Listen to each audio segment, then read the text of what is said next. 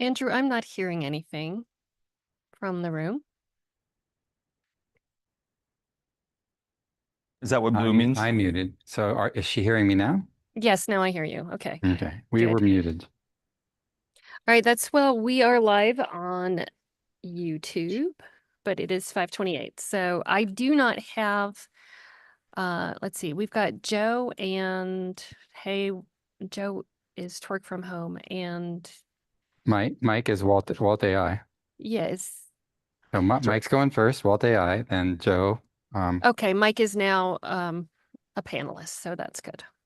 Yes. I didn't have him before.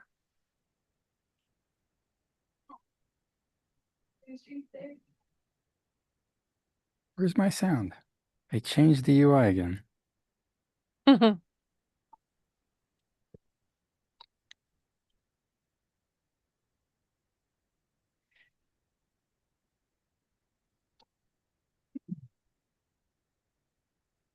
It's off already. Good.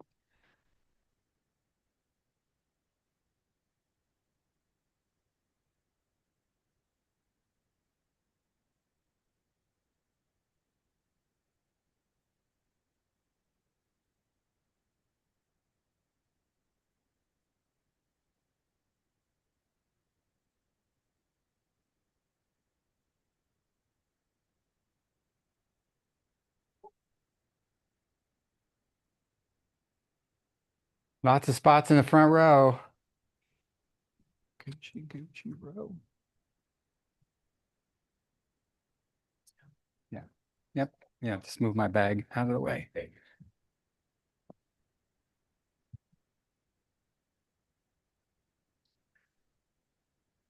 5:30. Time to get started.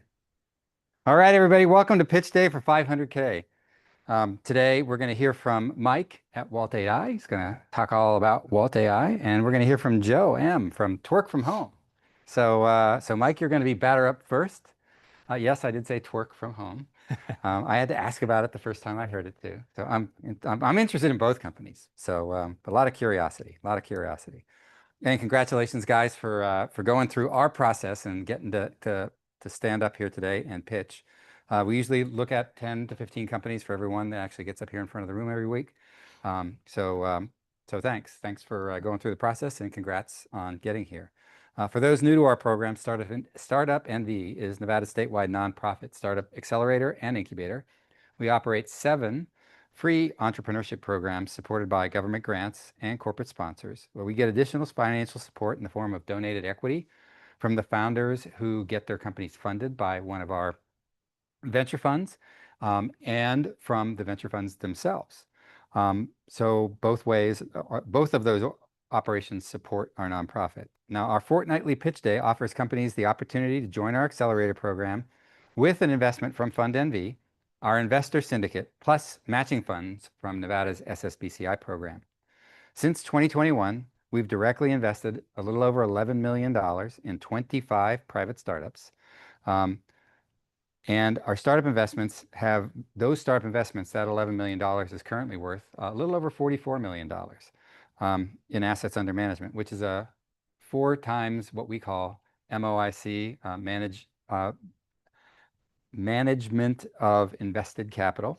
Our partner co-investments, Nevada's SSBCI program and others, have amplified our investment, adding more than $25 million to our original investments since 2021.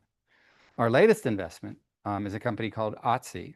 They are receiving $1.5 million over the course of 3 tranches. The first tranche went in yesterday, and that will be wrapped up. The investment will be wrapped up by the end of June, maybe a little sooner than that.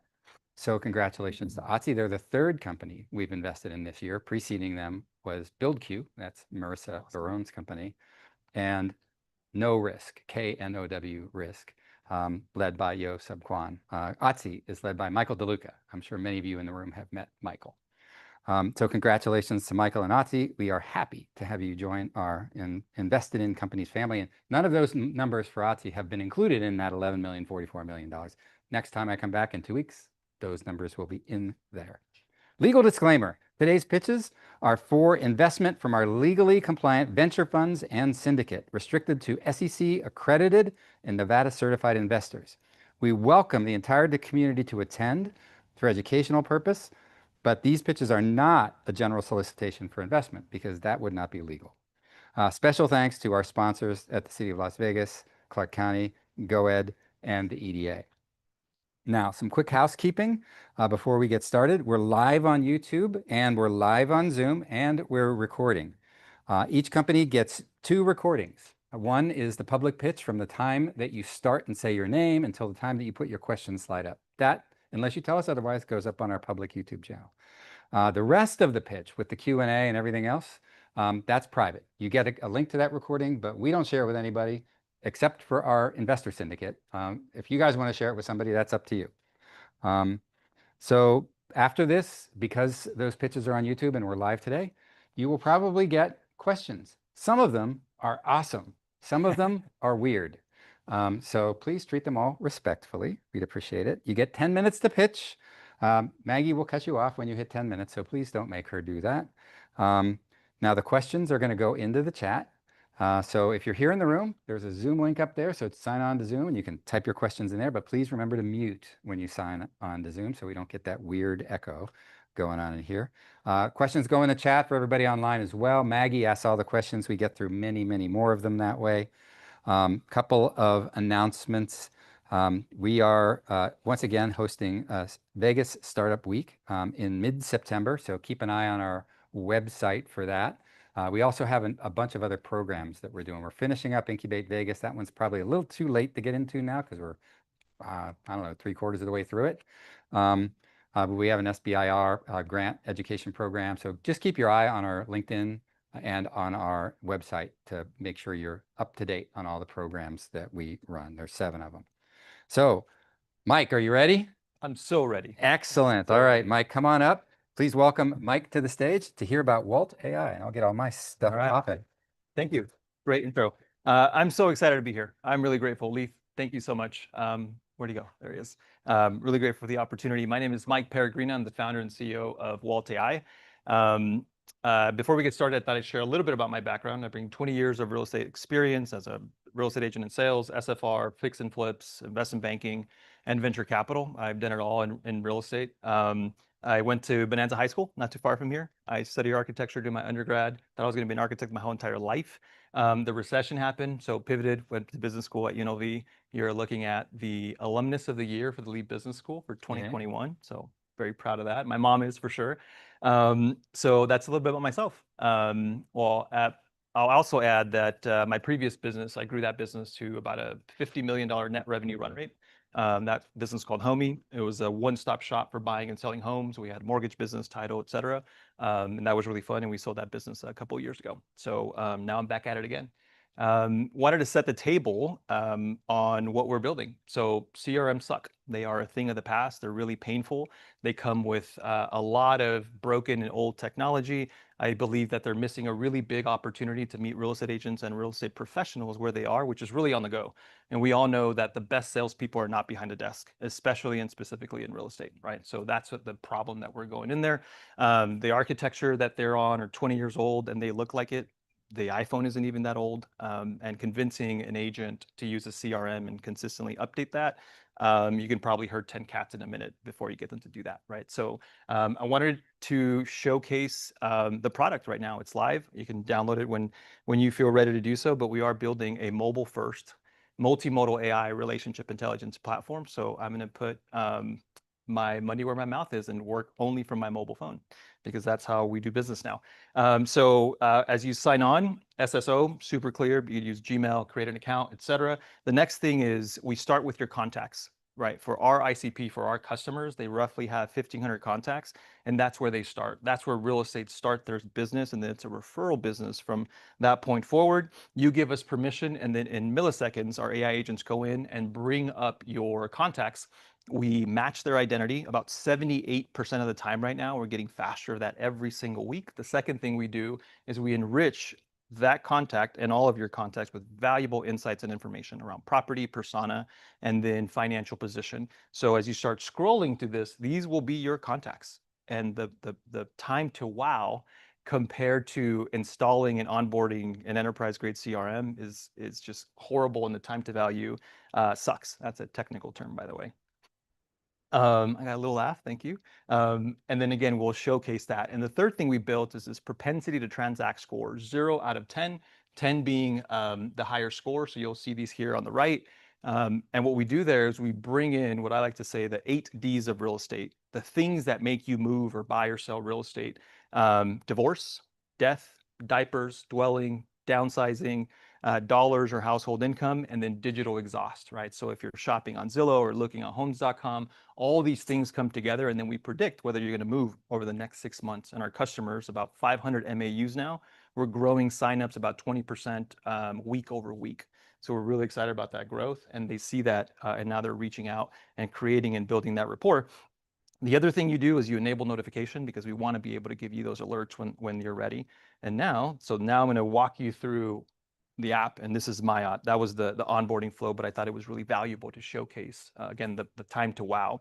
So now you are going to be able to see your leads and contacts in a way you've not been able to see them before, right? In this sort of rich, almost like an Instagram-like view, when you see these pictures and valuable insights. So you can start reaching out, and they'll be sorted by PTT score, right? Or that propensity to transact, making it super easy for you to reach out to them, to filter. Prospecting in real estate is super important. Here we have our next page. That's the priorities. This is kind of like what to do today, right? When we talk to our customers, we hear the words anxiety and stress when they go into their CRM to try to create a campaign, and they just give up because you need a full-time marketer. Sometimes you even need an engineer to do that. And these CRMs get near zero open rates because they use the words buying, selling, real estate, interest rates, et cetera. And what we like to say, you should serve, not sell, right? So you're building a relationship. In 20 years, I'm convinced that 1, real estate agents are not going anywhere. And then 2, it is going to be a relationship, rapport, and trust game for a long time. So we help you with that here. And 2 easy clicks, you can send a message. This is the other AI that we built, this AGI communication tool. Every time you hit regenerate, and the more you use it, we will start learning your voice and your tone. As that continues, we will start learning how you like to communicate with Wolfie. It's a funny way to kind of save a contact here, but our real estate agents and customers, they will save someone's name like Mike, met at bar, is buying soon, but they never go back. Well, they don't have to worry about that anymore, because now you'll notice something cool, kid soccer, and you'll notice that I introduced some emojis because that's the way I've communicated with Tina, Wolfie's mom. I was their soccer coach, right? So you can fire that off directly from your cell phone. Again, it's a personal relationship, and we're not talking about buying or selling a home, which is really important and really valuable. As you go back, you have anniversaries and birthdays, opportunities for you to stay top of mind, but in a very natural and organic way, not like CRMs, right? The next thing is introducing workflow. Well, we have a partnership with SkySlope, one of the leading transaction management software companies in the US. Think of them as like a DocuSign. The listing agreement, the buyer broker agreement, that's a part of the top of the funnel, especially now with a lot of regulation changes. You can fire off a listing agreement or a buyer broker agreement directly from the palm of your hand, instead of going back into the office or going across town to go show a home or doing a listing presentation. Extremely valuable to do that. And then over time, we will create more AI agents to auto-populate these forms. 1, they're fill in the blank. You actually can't edit them. If you wanted to, you have to add an addendum, which is crazy. And then 2, as you saw before, we already have all that rich information to auto-populate that contract and get things going. So we'll take up a little bit more of the transaction over time. In notes, I love Chris Stapleton. If I scored 4 tickets to Chris Stapleton, if I type anything around Chris Stapleton, we have Christy. Again, saved her as Plaster. She was a subcontractor for me. Christy Bell is her legal name, information that I need in order to continue the relationship there. But now that I know that she loves Chris Stapleton, I could reach out to her and have, again, an organic conversation based on a relationship, and give me leverage and proper tooling to make that happen. When you onboard, you can connect your Google accounts, your Gmails, and then we'll start throwing NLP over that to create a sort of 360-degree. The multi-AI piece comes, if they like to communicate over video, we can handle that. Email, phone, et cetera, or text message, that's where the multimodal AI piece comes in. And that's it. I will take some questions and I will pop open the slide deck to kind of walk us through. That's it? Okay, Mike. So you're ready for Time. questions now. Yes. Okay. What was that time, by the way? You were at 8 minutes. Not too shabby. Not too shabby. It's like I've done Okay. it before. Yeah, so we're going to reset for about 15 minutes and get going on questions. Okay. All So right. should I stay here for 15 minutes? Sweet. Yeah, so what's the deal? What are you looking for? Yeah, so I have a lead investor. It's Roble Ventures out of San Francisco, raising $1 million pre-seed round. It's on a $10 million post-money safe. I have 250K left to fill. We'll probably increase the round size, but I'll cap it at 1.5, especially if we do a 100K investment and then SBIC matches it with that $500,000. That closes the round and I can get back to work and close more deals like I think I just did at lunch earlier today. Okay, so you have a 10 million post. What is your current revenue? Yeah, we have about $22,000 year to date in gross bookings. We're more focused on optimizing MAUs and engagement. We will be launching freemium and premium next week. We have tested 30-day free trial, 60-day free trial. We will go out of market with $99 a month per seat per agent.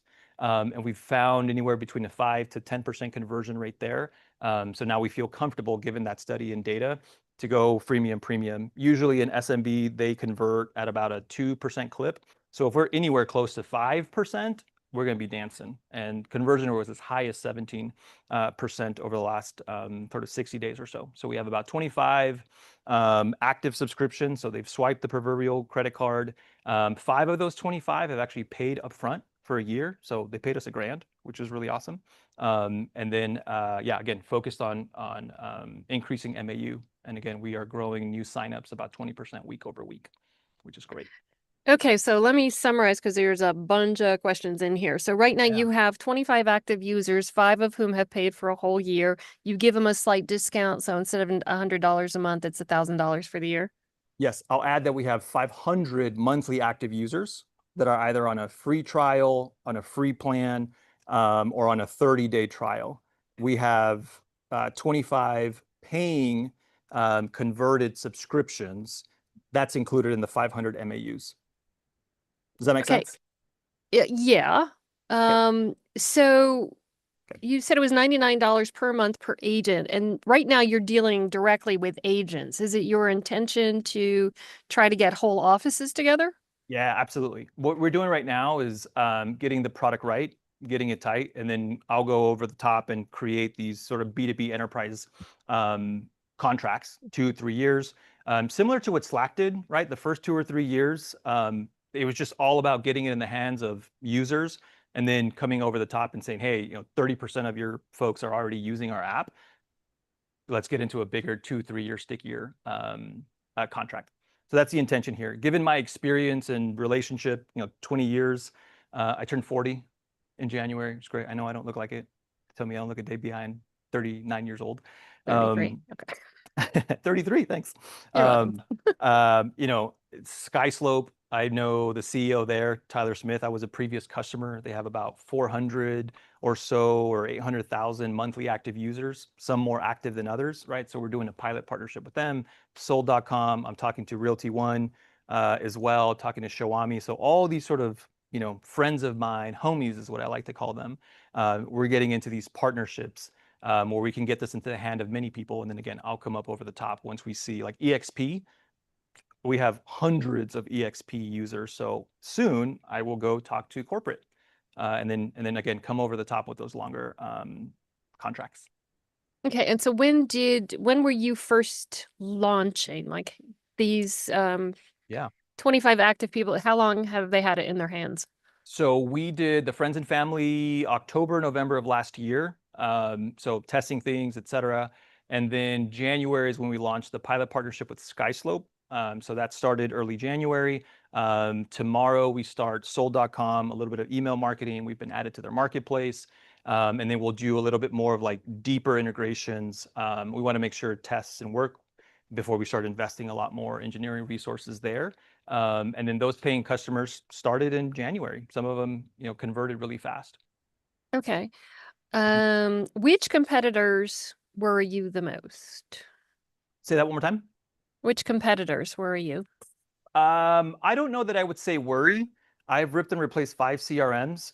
What that means is I ran RFPs for about another 20, and we're not selling a CRM. I'm not selling you another CRM. I am selling you a relationship intelligence platform that plays nicely on top or to the side of a CRM, which is really different, right? So in terms of playing friendly in the sandbox, that's the approach we're taking.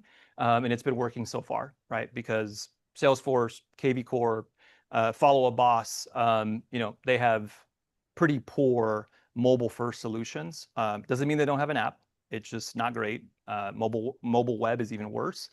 So I don't know that any of them worry me. I mean, I'm focused on execution and operations. And when we ran Homey and we had 6% market share, I'm just not worried about competition. I'm worried about the customer. And that's what we're focused on.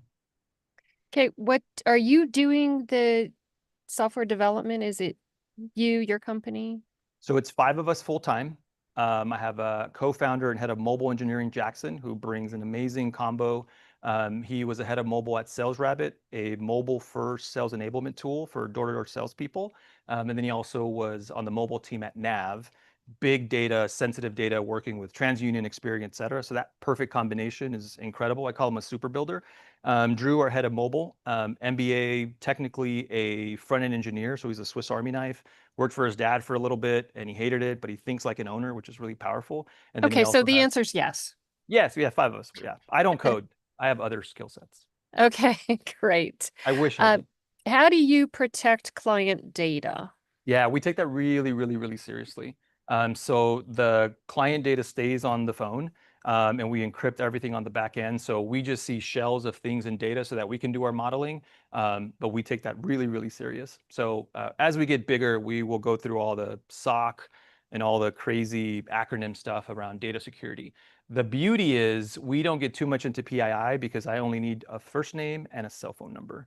If I take your social security number, it puts us in a different bucket. I do not want to play that game. Okay. Great. So how many what how big is the market? So your market Yeah. are realtors.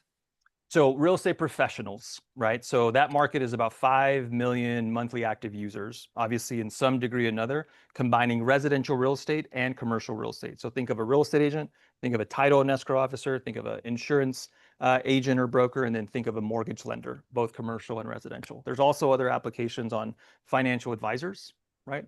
A couple of my friends are actually using that for that. VCs, they use a big clunky Affinity CRM. This can sit on top of it, right? Because VCs are also looking for building relationships with LPs and then also entrepreneurs. So we see this, but the market for real estate itself is roughly 5 million monthly active users that are using all kinds of transaction management tools and then also obviously sales enablement software. So this is 5 million people across the US, or these are Across more the of US. the okay. Across the US. Yeah. All right. Does your ideal customer persona include the part-time realtor or just the They do. ones that are working in it full-time? Yeah, they do. I would say this would turn them more into not part-time because the average ICP and customer have about 1,500 contacts. And statistically speaking, anywhere between 7.5% and 15% of those are thinking about buying and selling a home right now. Bookends of the year, 7.5%. In the middle, Q2 and Q3, it's more like 15%. So if you build a relationship with them and get ahead of it, that's why our modeling predicts 6 months out, up to a 6-month window. They can close deals. So there's a question in the chat that has to do with the changes in the real estate market and how it's affecting Yeah. realtors in general. But you do have a month-to-month plan rather than the full year plan. Yeah, that's right. We do month to month. That's $99 a month. You can pay up front and get a 16% discount if I did the math right, and it's $999. Okay. Yeah. What is the next product on the roadmap? The next product on the roadmap, I would say the short-term thing is continue to improving our getting the 78% of matching ability to 99.999%, and we're on the path there.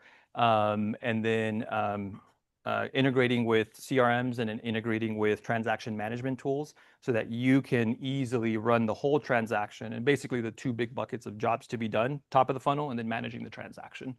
So I would say at the highest level, that's what's on the short-term product roadmap. So realtors have different rules in different states. I know, like in Virginia, you have to get a lawyer involved. Yeah, I know California tends to use escrow companies. that's right. So how does your software adapt for those different requirements? Yeah, it doesn't affect the business at all. When you need an attorney, it's called an attorney state. And yep, some states are split title states like Utah. It doesn't affect the business in any way. We just integrate to whatever software you use. For example, Qualia, which will be a partner of ours from a distribution perspective at some point in time, they solve the escrow and title in California. Okay. What percent complete is the product? Oh, And what are you projecting? What yeah, are the Sorry, milestones for the next 6 months, and what are you Yeah. projecting as revenue for your first full year? Yeah, so we're ahead of schedule on revenue. The goal is start to monetize in Q3 of this year in earnest, as we've been testing out year to date, the freemium 60-day, 90-day, $120, $50 a month, promo codes, etc. Apple has made it very challenging, as you all know. If you try to open up Fortnite in the app stores, you can't get to it. That's a different story, but it's very challenging to move those things together. But that's the goal is to hit a $500,000 revenue run rate Q1 of next year.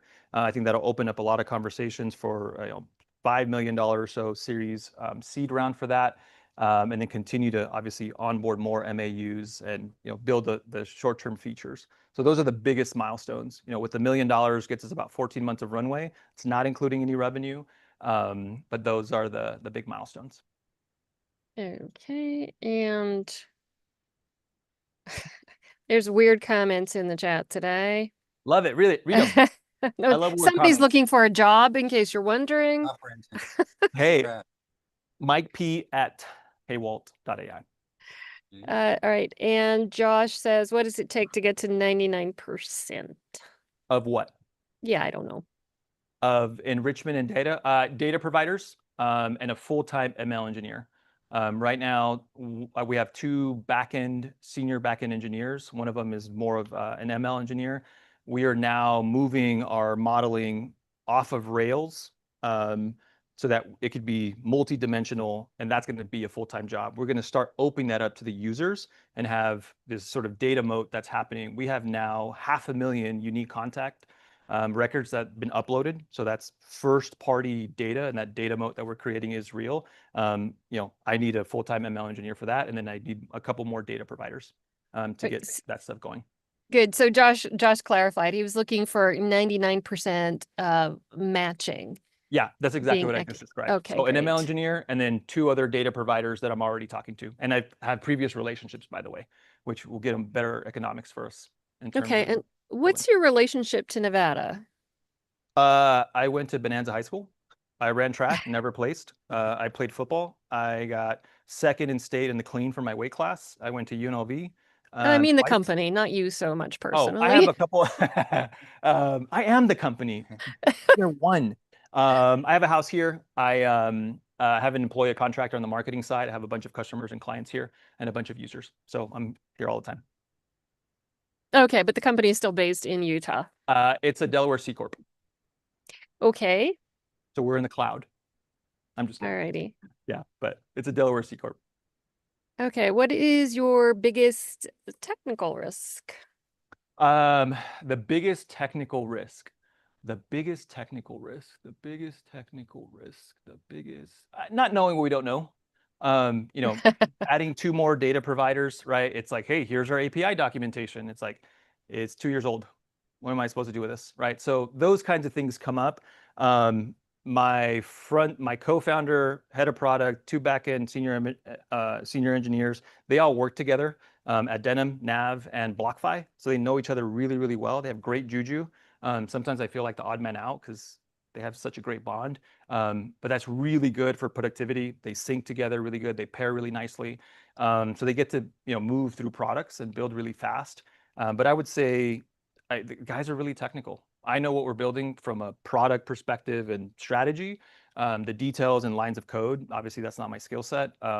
So I don't know how to answer that. But Okay. yeah, I don't know if there's anything we cannot build. So what's your monthly burn rate now? About 85K, including the data providers. Okay. And the lead investor that you have now, did they invest in Homey before? No, I did pitch Sergio, who's the managing partner and founder of Roble Ventures. He was a senior partner at Norwest Venture Partners. I've known him for 10 years. Okay, cool. And how much money has been invested so far? You said you had a friends and family round last November-ish. That was in May. That was an angel formation round, 900K. Of that was invested. That was May of last year, and then raising another $1 million right now. And that's the pre-seed round. Okay. All right. Well, I think that is all right. There's one more new message. Is it a weird comment? Or weird I'm waiting to see. Oh, okay. No, the one who's looking for a job asked a question and I asked it, so she was grateful. All right, Mike. Thank you so much. My I'm pleasure. going- This was so much fun. Thank you. Great. We're gonna throw it back to Jeff now. Leave that microphone up on the stage or on the table. You don't want me to keep it? No, it's no fun. It doesn't connect to anything once you leave the room. So next, let's welcome Joe up to the stage. And hopefully, yep, it looks like he's connecting to the Zoom. Yeah. Thanks. Let's welcome Joe. Joe, welcome. Yay. Talk about twerking. I got away the punchline already. Right. Oh. No, yeah. Mike. We already heard from Mike. This is Joe. Am I coming in clearly? All right, cool. Awesome. Well, thank you so much for having me today. I'm Joe Mahavutivani, co-founder and CEO of TFH, stands for Twerk From Home. Everybody knows now, but that was going to be revealed later. My background's in product and growth at startups of all stages. Moved here from San Francisco. Am I in the way? Moved here from San Francisco during COVID. I spent about 4 years in venture capital investing in fintech and enterprise SaaS companies. Weird, crazy fact, I joined venture in 2014. Homey was actually the second deal I looked at, Social Leverage. Investing primarily in fintech and enterprise SaaS at the seed stage at Social Leverage. Left Social Leverage to found Mythic Markets. We turned $1 million collectible assets into fractional investments, actual securities, not crypto or blockchain or anything like that. Exited that during COVID and to a company called Sidecar, which is a fund admin. And so now we're powering. We had about $70 million of collectible assets. We're now powering about $2.5 billion of assets under administration at Sidecar. And then just do a lot of angel investing and stuff like that, dozens of companies. And now doing something completely different. So with TFH, stands for Twerk From Home. We are turning exotic dancers into professional athletes and creating the next mainstream competitive sport. So everyone here has heard of OnlyFans, right? Millions of creators make their living on OnlyFans. And actually, fun fact is that Las Vegas is the #2 metro for OnlyFans creators. Miami is #1. And they do tons of revenue. In fact, in 2023, they did 6.6 billion in revenue. As it turns out, that is more than the NBA's entire payroll, by quite a bit. In fact, in 2024, they did 7.9 billion and growing. It's a big industry, huge. Everybody here probably knows someone who has an OnlyFans or is an OnlyFans fan, but or maybe in the audience. And some of these creators are absolutely making a killing. They're making millions of dollars every month. It's hard to believe, but it's insane. But despite their financial success, the stigma follows them around, and it's not really something that you can talk about over the dinner table and sort of be proud of. And we want to change that and help turn them into mainstream superstars. So That's why we created To Work From Home, and we are empowering them to becoming high-earning pro athletes. So what does that mean? So bear with me. Think of it as like esports for OnlyFans. And so I'm going to play a quick sort of teaser for what we got going on. Hopefully the audio works. Shit, is it working?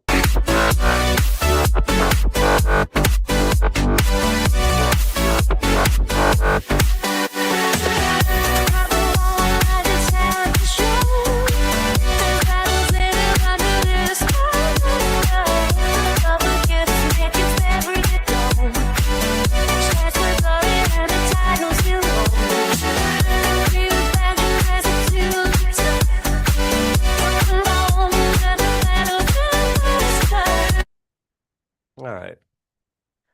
We're being bold today.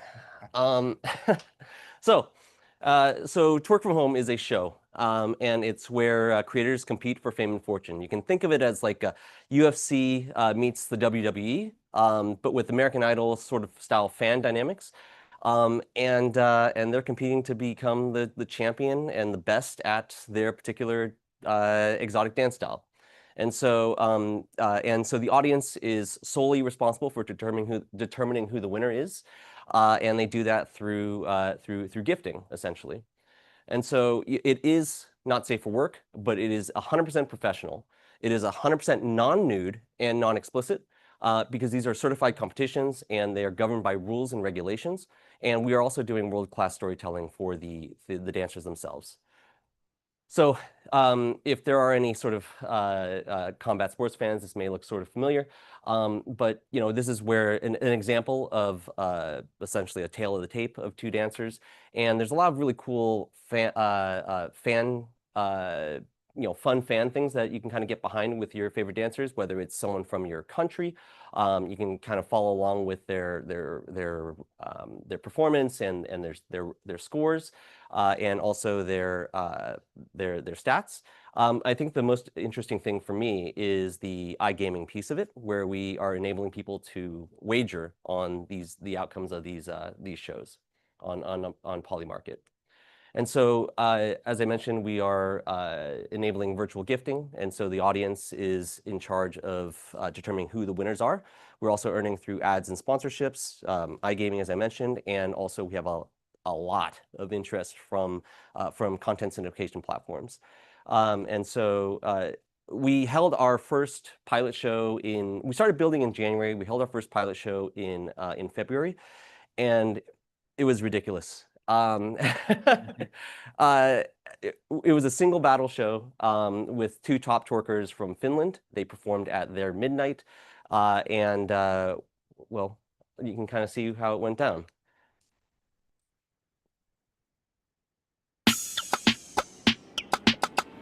TFH is the ultimate global talent competition pitting incredible dancers in head-to-head battles to showcase their creativity, skill, and passion.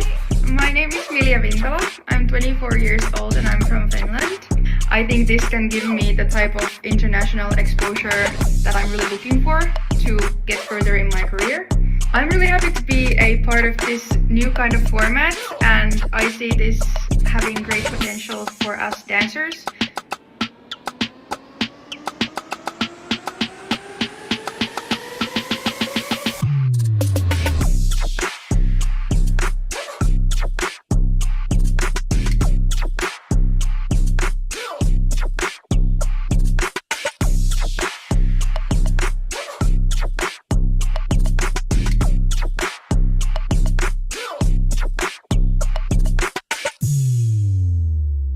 Yes, we are really doing this.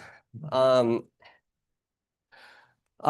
so, like I mentioned, it was ridiculous and amazing. It was a single battle, as I mentioned, and we had over 1,000 people come from around the world to watch actually at their midnight. Let me express my deepest gratitude for the privilege of addressing this convention. Oh. Tonight is a particular honor for me because Wow, that was we are endorsed by President Obama, it sounds like. He's a big fan. One of our biggest tippers. As I mentioned, we had over 1,000 people come from all over the world to watch. And we had about 20% engagement from the dancers' own audiences. As I mentioned, they were dancing at their midnight. Yeah, it was a lot of fun. And so we are building network effects over time. That first show proved that we can get the dancers and get their audiences to come and watch them. And with this next phase, we're holding a tournament to crown our first champion that enables all of the gifting component. And we intend to prove that we'll have people gifting a hell of a lot. And that's going to build big prize pools that attract more and more creators. And that drives momentum for our big ambitions to create a brand new category of sports entertainment that rivals everything that you see here and where everyone's spending their time at home or wherever they happen to be.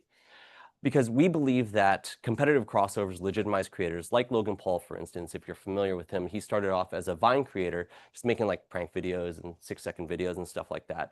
But for the most part, he was kind of obscure. He had an audience that was growing, but the mainstream didn't become really aware of him until he started throwing hands. And so, there we go. And that brought in his appeal with mainstream audiences. And ultimately, that unlocked his potential, like his full potential to become the absolute superstar he is today, like him or not, and his brother. So, we are raising up to 1.5, and we did a first close this week. And we've got a lot of big, hairy, audacious goals.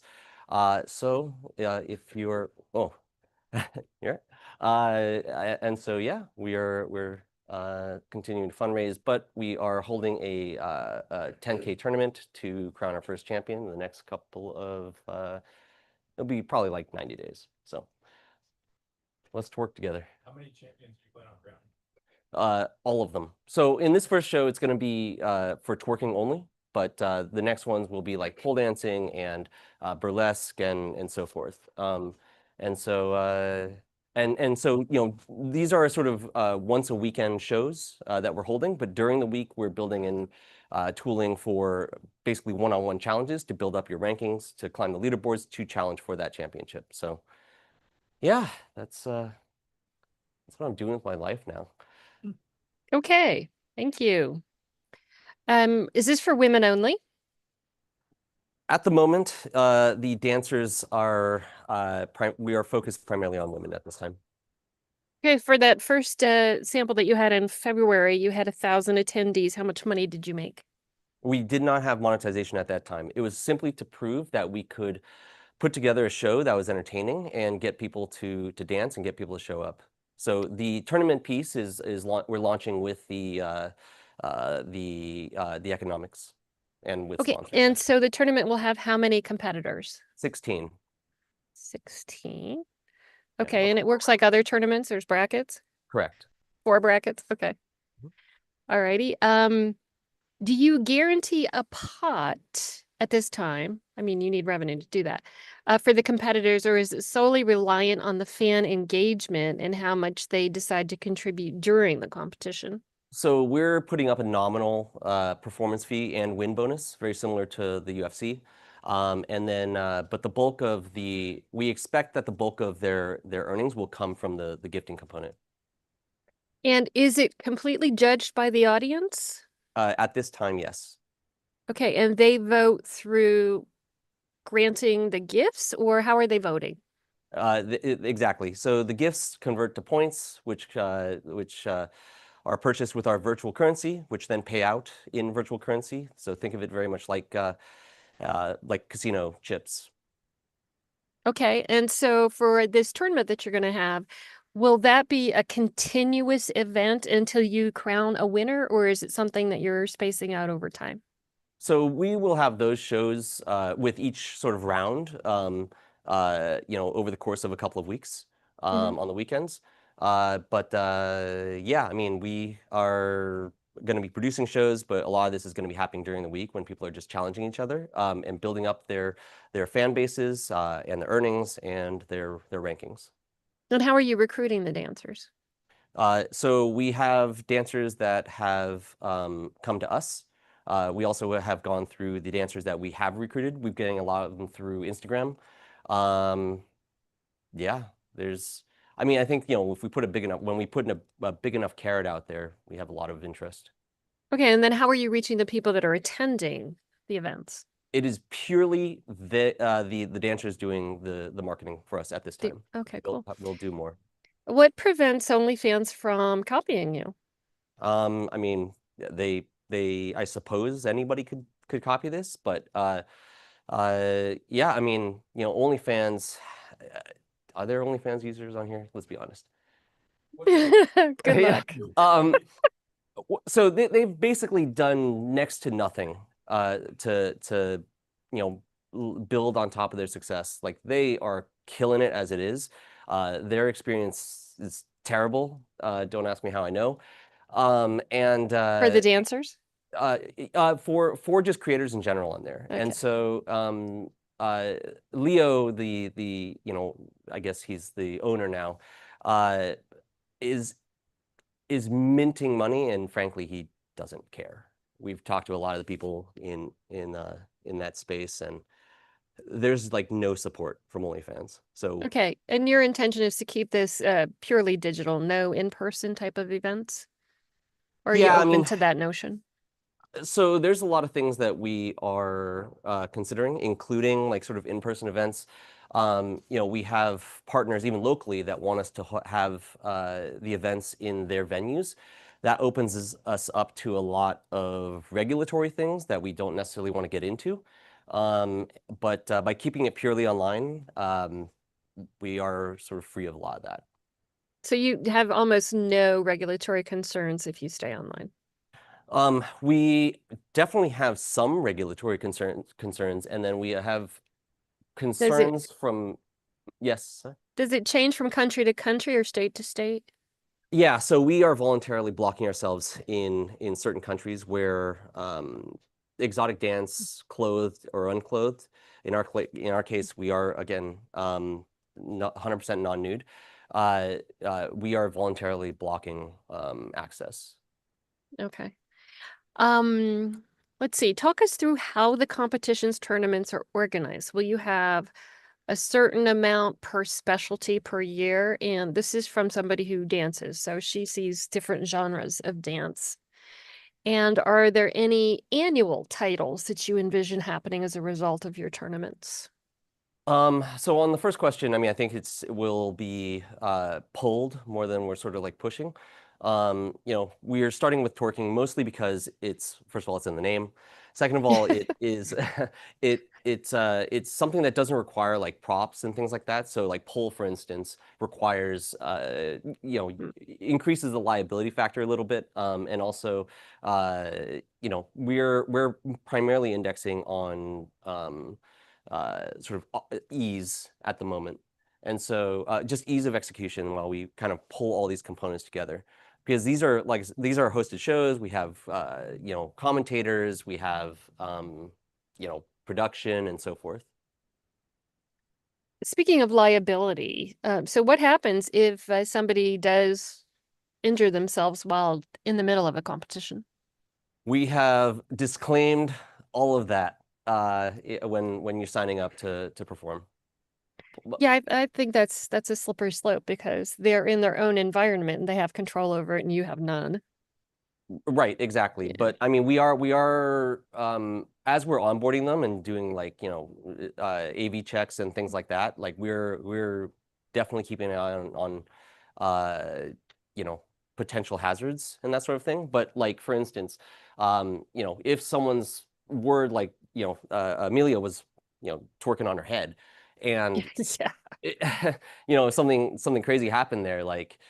She's in Finland. There's not a lot we can do from Las Vegas in Helsinki. Mm-hmm. True.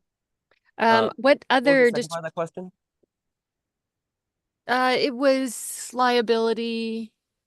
Okay, yeah. Yeah, I don't remember what the rest of it was. Okay, so that was one I made up. It wasn't in the chat there. Okay. What other distribution channels might there be? So we're streaming across we're going to be streaming across many platforms, YouTube, Twitch, Discord, Twitter, Rumble, Kick, OnlyFans, etc. And then yeah, I mean, if you have an internet connection, you can certainly watch. How long do the rounds last? Yeah, So- so the answers in the room, nobody else can hear, or the questions in the room, nobody else can hear them. Given the fickleness of the attention economy, what indication do you have that there is a market hungry for this content given the other adjacent options? So, well, first of all, we were able to validate it to some extent with the pilot show, but obscure sports are garnering a lot of attention right now, and you know, I think that our particular genre is sort of on the edge of I mean, it's not adult, but sort of on the edge of our. And just as taking a step back, we're trying to professionalize and legitimize this this actual talent that they've worked many years to learn and perfect. But yeah, I mean, I think like there's competition for eyeballs everywhere. And so maybe I'll loop this into your question, which is, you know, we are designed for short form. So these are the battles themselves are 3 rounds of 1 minute of dancing per dancer in each round. And so, you know, we are going to be creating a lot of content that, you know, we're putting out there. And when it comes to things that are, you know, short form and provocative and sort of salacious, frankly memeable, I think that you know, we will. It's let's be honest, it's kind of evergreen. Yeah, speaking of which, offshoot question, if somebody replays something else, do you make any money on that? Yeah, absolutely. So like because we're generating tons of content, we're generating off of ads and yeah, primarily through ads for the content shared on other platforms. Okay, and when somebody is tipping the dancers, do they keep 100% of it? Are you taking a cut? So we have a sophisticated sort of conversion of currency to gifts to currency. But yeah, we have a healthy margin. Okay, so describe in more detail your business model, please. Let me go back to. Yeah, so we're earning quite a bit on the gifting side, and then, as I mentioned, ads and sponsors. You know, we'll have paid sponsors on during the tournament, and then also on the iGaming portion, and any partners that we sign on that side. And then content syndication is one that we didn't expect, but we had now 3 content partners wanting to buy our content to syndicate on their platforms, and then we can build our gifting tooling, our tip tooling through those feeds as well. So we can collect those tips from all over. You also mentioned betting on the outcome. Yep. So is that you're going to partner for that? Yeah, primarily through Polymarket at this point. Okay. Alrighty. Got a lot of questions about the deal now. So when you were building this, did you do it with a specific acquirer in mind, or is this something that you, like Leo, you just want to sit back and rake it in? I mean, not necessarily. I mean, I think that like, if we're thinking about sort of exit opportunities, I mean, first of all, we think that we could build this really big, number one. Number two is that, I mean, I think this is something that maybe an OnlyFans may be interested, maybe an Endeavor. We've been talking to folks from like the UFC and stuff, and yeah, there's but this is something that is so off the wall that frankly, like, I'm doing this because I think it should exist, because otherwise, like, it's a lot of reputational risk. And so yeah, I mean, I'm doing this because I actually care about. It sounds like maybe it doesn't sound, you know, Like those professional athletes who are just hidden inside dancers' bodies right now. yeah. I mean, it's an underserved, population, and I mean, I think that that's something that we can help to actually, surface and legitimize. The other thing to like kind of keep in mind is that, I think that OnlyFans specifically helped to shift the Overton window towards like making this kind of work more mainstream at the very least. And so yeah, we're taking it to the next level. Okay, so how have you funded it so far? How much of your own money have you invested and have you had any other prior rounds? No. So to date, I've been bootstrapping it and funding it with our small team. Yeah, we've been, we've kept, things reasonable. Yeah, I mean, we're not Um, taking any salaries or anything like that, but How many Yeah. people are on your team now? 3. 3 people. And when it comes to putting on a production, are you contracting those services? No, we're doing it all ourselves. In fact, much of it is entirely actually at this stage, it's almost entirely programmatic. So we had friends volunteering to help us with all aspects of it for the pilot show in February, and now it is pretty much entirely, programmatic. Okay, can you share the deal slide again? You're raising 1.5 million, but I didn't hear what your valuation was and what sort of vehicle are you using? Yeah, so we are doing it on a 6 cap safe, and then we are Is there a we will. discount? Sorry, no, Is there a discount? no. Yeah, I think 6 caps pretty reasonable as it is. Okay, well, you have no revenue, so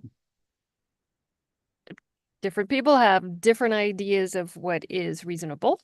Indeed. But your goal is for 5 million in revenue, gross donation value, for the first year. Yeah. Okay, how many tournaments do you have planned for this year? How many tournaments? Yeah. I I know mean, that's the next thing you're doing. Yeah.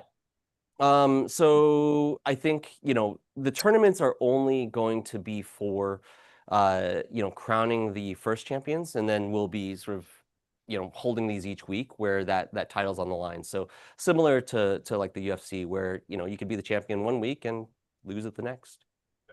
Okay. And then how do you ensure that the dancer with her tech is able to stream cleanly? Yeah. So AV quality, internet, etc. These are definitely like of concern.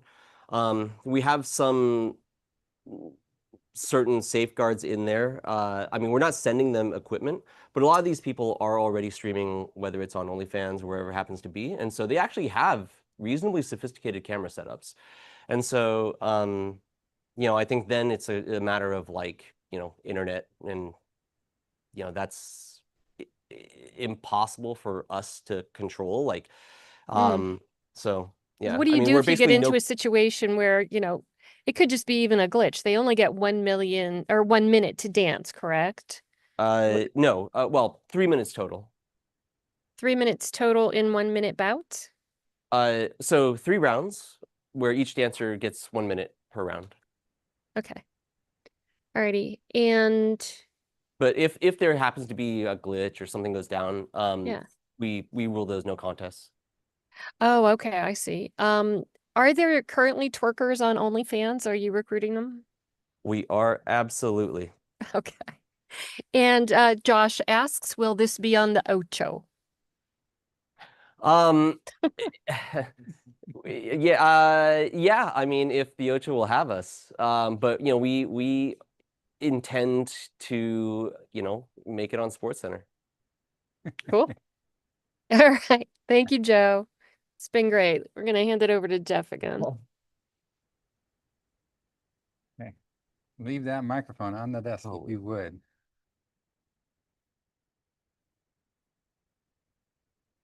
Oh, drops all the way down. There we go. Well, two awesome presentations today, guys. It's kind of awkward though when you have this, like direct competitors in the same room pitching on the same day. But thanks. Very intriguing. Both are very intriguing. Thanks everybody. We've got a packed room here today live. So thanks everybody for coming out. Thanks for everybody who watched online. We had a pretty packed online attendance as well. And thanks to our investors who I know are going to be watching this with great interest later on.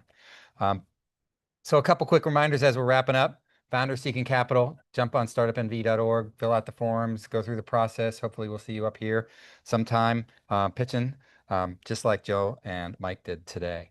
Hopefully. That bar's been set high though, not only for awesome investments, but for entertainment value. We have two awesome entertainment value ones today too. For investors, if you liked some of that information that I presented right up top, where we've invested $11 million, now worth $44 million, you can jump on startupnv.org, sign up to be a potential investor, and you'll get to talk to me or one of my partners about our options. You can invest in FundNV, our pre-seed fund. That's at fundnv.com. 1864, our seed fund. You can find out more about that at 1864.fund. We have an angel group called the Sierra Angels. You can be an investor there or you can pitch there. That's at sierraangels.com. And we also run a bunch of very company-specific syndicate opportunities. So for all that stuff, you can find it on those different websites or at startupnv.org on our investor page. And if you would, please follow us on LinkedIn and YouTube. Those are our biggies for social media. We're also on Facebook and Twitter and all the rest, but LinkedIn and YouTube are our biggies. Thanks to today's founders, Joe and Mike. You guys did a terrific job, and I'm really interested in following up with you. Now, 2 weeks from now, we're going to have another pitch day, so we will see you back then. I'll be able to give you the new totals with the OTC investment in place. And by the way, congratulations to Mike DeLuca again for the latest investment. And we'll be back here in 2 weeks. So until then, take care of yourself, and if you can, someone else too. See you back here in 2 weeks.